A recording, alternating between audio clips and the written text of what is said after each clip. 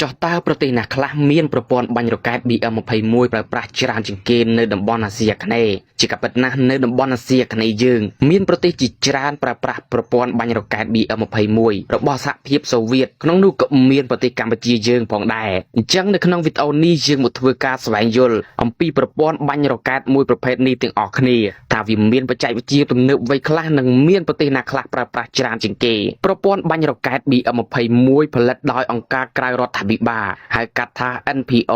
នៅទីក្រុងទូឡាដោយសហភាពសូវៀតប្រព័ន្ធនេះផលិតតាំងពីឆ្នាំ1963មកម្ល៉េះលក្ខណៈពិសេសសំខាន់មានដូចជាវាមានបំពង់បាញ់40កាណុងនិងប្រើប្រភេទរ៉ុកែត222មីលីម៉ែត្រនិងមានប្រវែងអាវុធរ៉ុកែតប្រហែល 2.87 ម៉ែត្រអាចបាញ់បានចម្ងាយធម្មតា20គីឡូម៉ែត្រសម្រាប់បច្ចេកវិទ្យាថ្មីអាចឈានដល់40គីឡូម៉ែត្រនិងមានយានជំនួយបាញ់ប្រើឡានសិត IL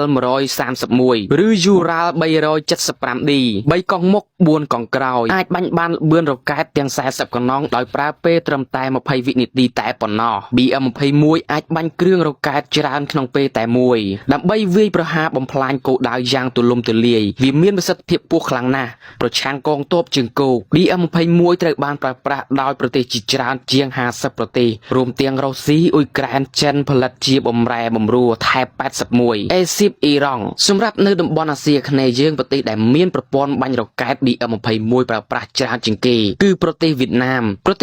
ជាប្រទេសមួយដែលប្រើប្រាស់ BM21 ច្រើនជាងគេក្នុងតំបន់ក៏មានផលិតបន្តក្នុងស្រុកផងដែរនិងមានបម្រែបម្រួលចំនួនថ្មីសម្រាប់ប្រើជាមួយឡានទំនើបទី2កម្ពុជាកងទ័ពជើងគោកកម្ពុជាមានប្រព័ន្ធបាញ់រ៉ុកែត BM21 ដែលទទួលបានតាំងពីសម័យតាក់ទងជាមួយសហភាពសូវៀតនិងវៀតណាមមានការប្រើប្រាស់ក្នុងការវឹកហាត់យោធានិងការពារព្រំដែនទី3ប្រទេសឡាវទទួលបានប្រព័ន្ធ BM21 ពីវៀតណាមនិងសហភាពសូវៀតប្រើប្រាស់សម្រាប់ការពារជាតិនិងវឹកហាត់យានយោធាទី4ប្រទេសមីយ៉ាន់ម៉ាមានប្រព័ន្ធបាញ់រ៉ុកែត BM21 ដើមនិងផលិតក្នុងស្រុកជាបម្រែបម្រួលកងទ័ពបានប្រើវាច្រើនក្នុងសកម្មភាពប្រឆាំងការបោះបោរទី5ប្រទេសថៃហៅថាចៅសៀមមានប្រព័ន្ធបាញ់រ៉ុកែតប្រភេទចម្ងាយខ្លីនិងមធ្យមប៉ុន្តែប្រើប្រាស់ប្រព័ន្ធ DTI 1និងប្រព័ន្ធ DTI 2ដោយផ្អែកលើគំរូ BM21 និង VS1 របស់ចិនដូច្នេះវាមិនមែន BM21 ដើមប៉ុន្តែវាបម្រែបម្រួលទំនើបទី6ឥណ្ឌូនេស៊ី